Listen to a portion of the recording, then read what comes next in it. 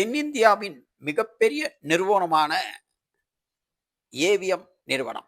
இந்த படம் தமிழில் மிக பிரமிக்க வேதாள உலகம், ரஜினியை வைத்து முரட்டுக்காலை, சிவாஜி போன்ற படங்களையும், கமலஹாசனை வச்சு சகலகலா வல்லவன் என்ற படமும், பாட்டி சொல்லை தட்டாதே என்ற படம் மிகவும் பரபரப்பாகவும், விசு இயக்கத்தில் சம்சாரம் அது மின்சாரம் என்ற போன்ற படங்கள் தேசிய விருதுகளை பெற்ற இந்த படத்தில் இந்த நிர்வாகத்தின் உரிமையாளர் மெய்யப்ப செட்டியார். இவருக்கு பின் இவரது குடும்பத்தினர் ஏவிஎம் நிறுவனத்தை நடத்தி வந்த சூழலில் ஏவிஎம் சரவணன் ஏவிஎம் நிறுவனத்தை மிகச் சிறப்பாக நடத்தி வந்தார். இச்சூழலில் 86 வயது நிறைந்த ஏவிஎம் சரவணன் வயது முதிர்வு காரணமாகவும் உடல்நிலையில் ஏற்பட்ட பின் அடைவின் காரணமாகவும் இன்று காலை இயற்கை எய்தினார்.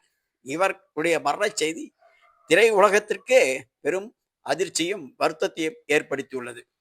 மறக்க முடியாத வரலாற்று சின்னம் ஏவிஎம் ஸ்டுடியோ என்றால் அது தமிழகத்தில் வேறு மாற்று கருத்து இல்லை.